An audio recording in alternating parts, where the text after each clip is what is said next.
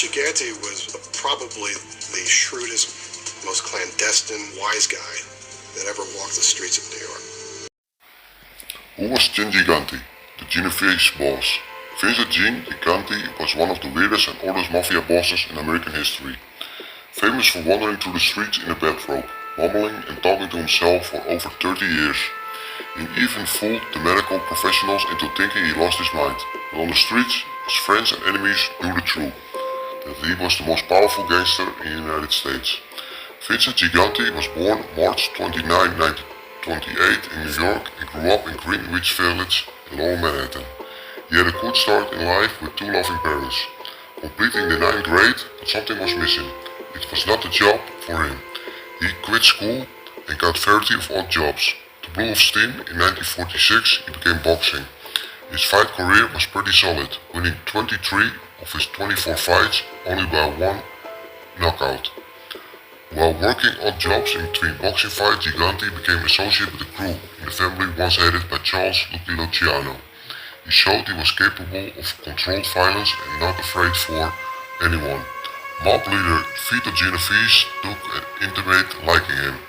Gigante became one of the most trusted and loyal soldiers. He is called the guy for serious business. Serious as in 1957 clandestine hit on official Mafia boss Frank Costello, the man who was in charge of Gigante family. As Costello entered the hotel lobby where he was staying, Gigante lay waiting. When the boss passed him by, Gigante yelled out, "This is for you, Frank." Costello turned his head and at the exact moment Gigante fired the bullet this way. The shot grazed Costello's head and knocked him to the floor. Gigante thought he was done his job and he fled the scene in a getaway car. He was wrong.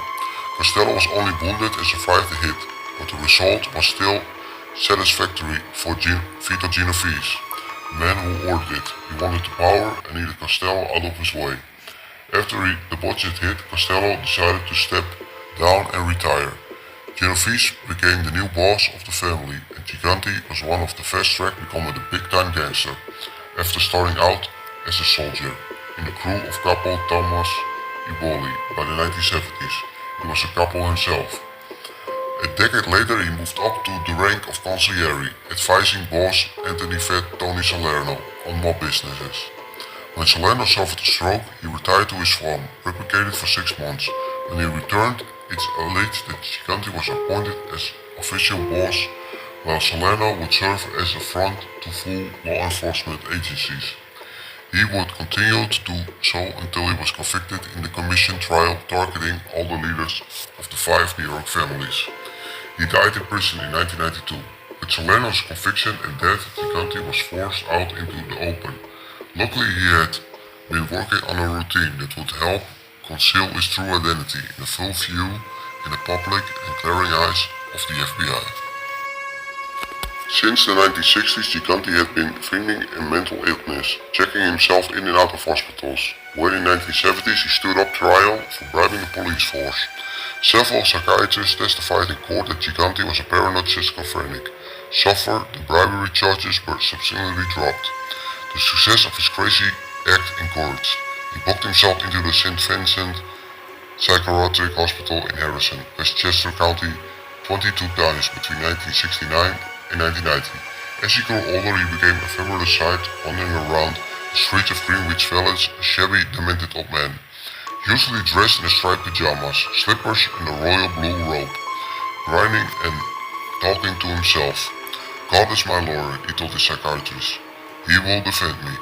At first, Gigante acting seems to pay off. The Fed just couldn't convict him. When they arrested him in 1990, he was charged with 41 different racketeering and conspiracy charges, yet he would not be convicted until 1979. He was being closely monitored by the FBI and prison guards. Gigante sometimes stopped the acting. He apparently looked after himself in prison. He made his own bed and shadow boxed in the cell. Gigante was found guilty and convicted, locked up away from his relatives and mob family. Gigante remained in firm control of his criminal empire. This became clear on January 23, 2002, when Gigante's son Andrew and 6 others were addicted.